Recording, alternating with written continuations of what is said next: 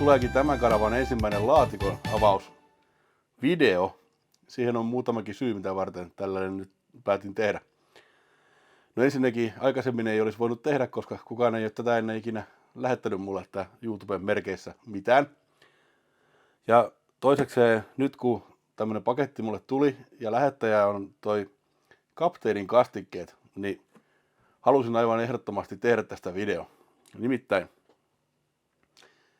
ensinnäkin Kapteenin kastikkeet niin on sillä lailla mulle tuttuja, että erittäin hyviä tuotteita. Ja toisekseen niin niihin liittyy paljon muistoja jo tuolta ihan lapsuudesta, kun firmahan on Loimaalta ja on itsekin sieltä kotosi. Ja ajattelin kertoilla vähän niistäkin. Tästä tulee nyt tämmönen paketin avaus ja muutenkin vähän tarinavideo, että kertoillaan vähän menneitä juttuja ja sitten toisaalta hiukan mitä kanavalla on tulossa jatkossakin. No, itsehän on siis maistanut ensimmäisen kerran jo Kapteenin kastikkeita, tai en ole varma puhuttiinko silloin Ankkuripaikan sinappisesta salaatin kastikkeesta, nimittäin Loimaalla ravintola Ankkuripaikassa sitä on tullut varmasti maistettua.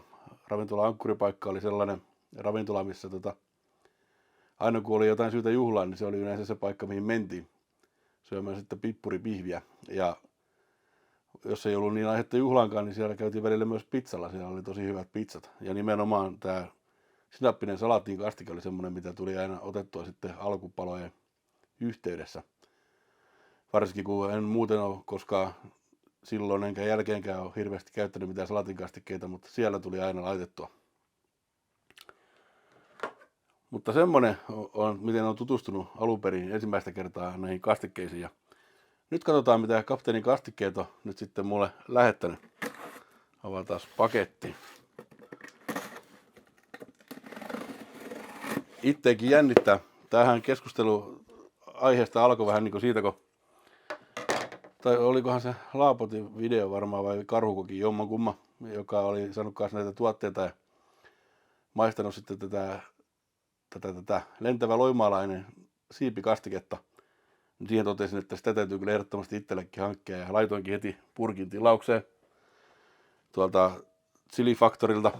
Ja siihen oli sitten kapteeni kommentoinut, että hei kyllä mulle tommosen kastikkeen toimittaa ja siihen sitten vastasi, että on jo tulossa, että asia on hoidossa ja halusivat kuitenkin mulle sitten toimittaa siihen kylkeen sinihomejuustokastiketta, mikä olikin itse kiinnostanut, kun Kapteenin kastikkeiden omalta sivulta olin kattonut tämän siipikastike alkuperäisen videon. Ja niin siellä oli sitten siinä kylkeen myös tarjolla sinihomejuustokastiketta ja ajattelin heti, että toi varmasti sopisi hyvin tuohon kylkeen ja näin ollen sitten olin oikein kiitollinen tämmöisestä tarjouksesta. Katsotaan. Jaha, no niin, täältähän löytyy samaa tavaraa, toinen purkki, mikä on erittäin hieno juttu, koska hiukan harmittelinkin tässä, että jos toi koko purkki menee siinä haasteen yhteydessä, en kyllä ihan tiedä, mä en ehkä 20 siipeä viitti syödä, kun se on aika iso määrä. Ja ihan tyhjää maahan ei, jos tää tosiaan niin tulista, niin kuin varmaan on, mitä muutkin on videoilla kertoillut, niin en ehkä viitti, että luultavasti mä koitan tehdä jonkun semmoisen 10 siiven annoksen, mihin laitetaan noin puoli purkkia. Mutta onpa kiva, nyt on toinen purkki, niin sitten haasteen lisäksi niin tätä jäi vähän vielä oikein niin kuin normaaliin käyttöönkin. Ja vaimokin oli kiinnostunut maistamaan, että millaista se sitten on. Että hyvä, että jää. Ja varmaan poikakin testaa. Sitten täältä löytyy, niin kuin puhetta oli ja luvattukin, niin sinihomejuustokastike. Tätä en ole ikinä maistanut ja kiinnostaa kyllä erittäin paljon. Ainakin avataan tämä sitten siinä kohtaa, kun teen sen haasteen. Siinä muuten varmaan menee muutama viikko ennen kuin pääsen sitä tekemään, nimittäin mulla alkaa talviloma töistä tuossa kuun lopulla. En muista nyt ihan päivää, olisiko ollut viimeinen päivä tai jotain, niin kuvaan sitten silloin sen videon, koska sit toi chilipäivävideoiden kuvaaminen aina edellyttää sitä, että täytyy vähän green screenia virittää ja valoja sun muuta, niin ei oikein kerkeä tällainen normiarjessa välttämättä tekemään. Ja sitten aina riskinäkin näissä on tietysti, että jos oikein kovin potkua on, niin saattaa hiukan tulla jälkiseurauksia, niin ei ole hyvä normaali arkipäivänä välttämättä tehdä.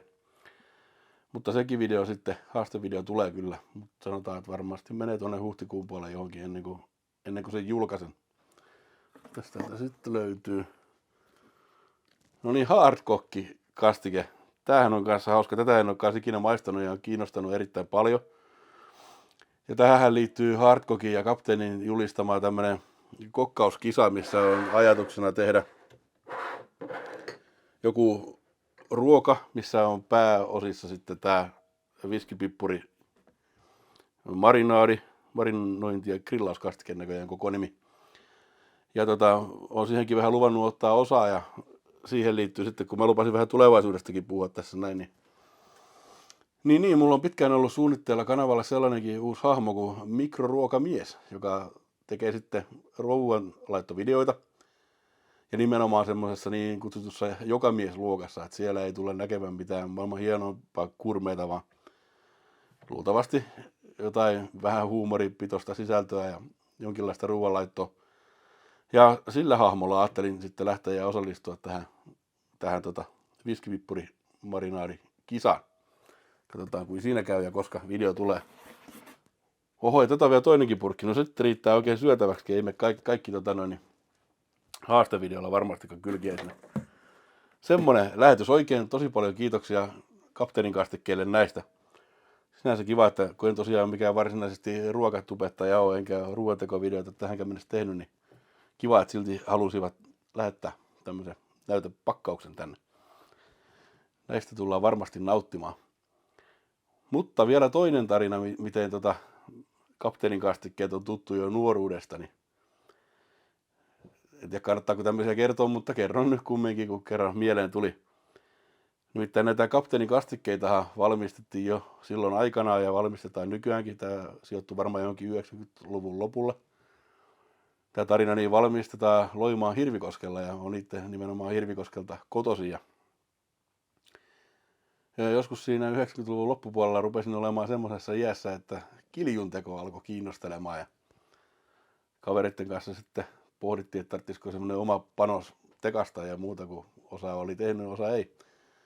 Mutta 90-luvulla se oli vielä ihan kuitenkin tavallista harrastustoimintaa nuorille, varsinkin miehille, tuommoinen kiljunteko. Niin kyllähän me sitten päätettiin ryhtyä toimeen ja sattumalta sitten yksi mun parhaita kavereitani niin siihen aikaan asui siinä samassa pihapiirissä, missä näitä kastikkeitakin valmistetaan. Ja totta kai mopoilla oltiin pärräilty siellä sitten aika lailla ympäriinsä ja pistetty merkille semmoinen asia, että siellä entisen meijerin takapihalla, missä oli näitä kapteenin kastikkeiden semmoiset jätelavat, niin siellä oli useasti paljon semmoisia tyhjiä 5,5 litran sitruunanmehukanistereita. Ja sitten semmoisia valkoisia, olisikohan ne ollut jotain noin 10 litran kannellisia ämpäreitä. Niissä oli ollut varmaan sinappia tai ketsuppia tai jotain tämmöistä, sen tyyppisiä ämpäreitä. Ne oli hyvinkin puhtaan näköisiä. Ja luonnollisesti elintarvikekäyttöön tarkoitettuja, kun ne tällaista oli tavaraa sisältänyt aikaisemminkin. Niin siitä, kun eihän sitä nyt honkkarista viittinyt käymispönttöä käydä pikkupojat ostamassa, niin sieltä löytyi oikein hyvin käymisastiaksi soveltuvia ämpäreitä ja sitten vielä jatkokuljetusta varten hyvinkin käytännöllisiä 5,5 litran kanistereita. Oli nimittäin kohtuuri eteitä mennä aikanaan sitten Kalikkaa juhannuksen viettoon semmoiset kiljukanisterit mukana. Ei me tietysti menty, mutta jos olisi menty, niin olisi ollut rehvakasta. Urheilukassiin niitä saa aika monta mahtumaan. En tiedä, onko ketään tehnyt ikinä, mutta jos olisi tehnyt, niin olisi mahtunut. Mutta semmoinen tarina kapteenin kastikkeisiin liittyen, että he on tavallaan sponsoroinut harrastustoimintaa aikaisemminkin tietämättään sitten jo 90-luvulla. No mitäs muuta sitten tulevaisuudesta, niin tosiaan kanavallahan nyt jatkuu videot samaan malliin kuin tähänkin mennessä, että näitä tuttuja hahmoja tullaan varmaan enimmäkseen näkemään, ja mulla on nyt tällä hetkellä aika paljon valmiinakin sekä rahtari- että silipäävideoita, niin ne pyörii varmaan koko ajan, mutta sen lisäksi niin kun tein sen yhden mun päivävideon, niin se sai ihan kohtuullisen mukavasti näyttökertoja ja positiivista palautetta, niin ajattelin sen tyylistä sisältöä myös lisätä tänne kanavalle jatkossa hiukan enemmän. Itse asiassa päivitin siihen liittyen hiukan kuvauskalustoakin, kävin eilen hakemassa tämmöisen setin. Oli muuten aika kohtuuhintainen mun mielestä, niin tästä on kai tulossa uudempi malli, niin nämä oli asiallisessa hinnassa. Verkkokaupassa oli 569 € tämmöinen setti, missä on tämä kamera ja mikki. Niin sellaisen hankin ja ajattelin nyt sitten seuraavan mun päivän videon teen varmaan tuossa kans kuun lopulla. Meillä on 27. päivä tätä maaliskuuta, niin on pintaremontti näytelmän ensi-ilta tuolla Teatteri Akselissa, niin siitä päivästä varmaan teen sitten ainakin tämmöisen mun päivän videon.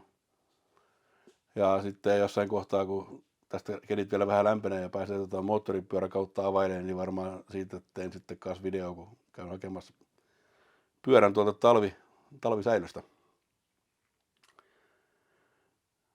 Mutta semmoista. Mitä mun piti jotain sanoa tuosta tilaajakannastakin, tai katsojakannasta oikeastaan paremminkin, mutta mitähän se oli? No, oli mitä oli. Joka tapauksessa on tuosta tilastosta todennut, että kanavan katsojat on hyvinkin pitkälti tämmöisiä mun omanikäisiä tai hiukan vanhempia miehiä. Ja niin sitä varmaan aioin sanoakin, että ja totta kai se oli se kohderyhmä, mikä mulla mielessäkin oli silloin, kun olen kanavan perustanut. Niin, nythän mä muistan, mitä mä olin ajatellut. Nimenomaan, koska tämä on niin saman tyylistä suurin osa tilaajista. Jos siellä nyt katsoo joku sellainen, joka ei kuulu tähän noin 40-50-vuotiaisiin tai 55-vuotiaisiin miehiin, niin kertokaa tekin vaikka kommentissa, että millaista sisältöä te haluaisitte nähdä. Että olisi kiva toisaalta laajentaa vähän tätä tarjontaa sellaiseen suuntaan, että voisi tavoittaa sitten hiukan laajempaakin yleisöä ehkä. Ja muutenkin kaikki videoehdotukset otetaan kyllä aina ilolla vastaan. Ai niin, ja vielä yksi asia. No niin, tässähän palautuu mieleen, mitä olin aikonut sanoa. Joku fiksumpi olisi ehkä kirjoittanut muistilapun, mutta mä nyt ajattelin muistavani ja näköjään tässä pikku viiveellä tuleekin asiat mieleen. Joo, yhtenä asiana oli vielä se, että tässä mietin sellaista, että pitäisiköhän tässä kevään aikana jossain vaiheessa pitää joku live-lähetys jonain päivänä, missä olisi sitten vaikka mahdollisuus siellä kysellä, jos kiinnostaa jotain asioita kysellä multa tai muuta. En tiedä, onko semmoiselle mitään tilausta. Laittakaa sitäkin kommentteja, että kannattaisiko tehdä live joku kerta. Jos semmoinen saa kannatusta, niin sitten kokeilun mielessä tehdään. Ja katsotaan, tehdäänkö jatkossa lisää vai ei. Mutta kaiken näköistä uudistumistakin tässä koitetaan vähän miettiä, nyt kun on 2 vuotta jo tehty tätä ikään kuin samaa. Niin olisi se hyvä toisaalta keksiä jotain uusiakin juttuja välillä. Mutta tässä oli varmaan kaikki näiden tarinoiden osalta. En tiedä, kuin sekavasti tuli kerrottua, kun en ollut hirveästi miettinyt sen enempää tätä asiaa. Mutta suuret kiitokset vielä kapteenin kastikkeille. Sitten haastevideo tulee myöhemmin ja kisavideo tulee vielä myöhemmin. Ja katsotaan, mitä kaikkea muuta tässä kesän mittaan keksitään. Toivottavasti nähdään seuraavallakin videoilla. Morjes!